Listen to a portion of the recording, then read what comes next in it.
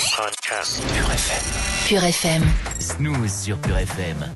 7h19, Sébastien Ministru est avec nous pour la machine à café. Une dispute dans la machine à café. Oui, vous avez peut-être, je dis bien peut-être, entendu parler de la dispute qui oppose depuis 2 semaines maintenant. Ça commence à faire long. Ouais, au début on se disait on s'en fout, on va pas en parler et tout, mais là franchement ça devient trop rigolo.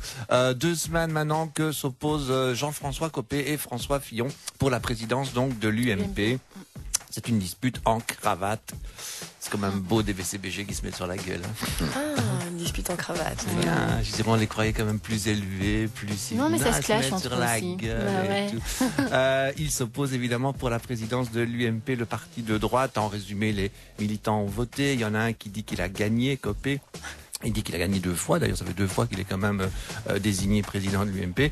Et l'autre il dit qu'il y a des bulletins qu'on n'a pas comptés, qu'il faut recompter. C'est de la Fillon. triche. C'est moi qui devais que je la voie. Voilà, et du coup il va en justice, ils veulent en justice, c'est la honte totale. Jusqu'ici on s'en foutait, à part que ça donne pas l'impression évidemment d'être en France, mais plutôt dans un pays africain. Déjà que la France donne l'impression aussi d'être bloquée au Moyen-Âge avec ces manifestations en mariage gay et tout. Enfin, ils en sont encore là, quoi, à défiler pour le mariage. Si les Français étaient intelligents, ça saurait, Sébastien. Le général eût été content, la belle image de la France.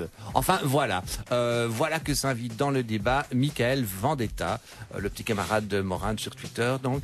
Michael Vendetta qui a taxé Copé et Fillon de clown. Oh. Et quand on sait que ce jugement, qui dans le fond met tout le monde d'accord, hein, un mot, clown, et c'est bon, ce jugement a été publié dans les colonnes du magazine d'analyse politique Voici. Personnellement, je ne connais pas, c'est beaucoup trop intelligent pour moi. On se dit que Michael Vendetta devrait intervenir plus souvent dans les questions qui font débat. La France irait évidemment beaucoup mieux.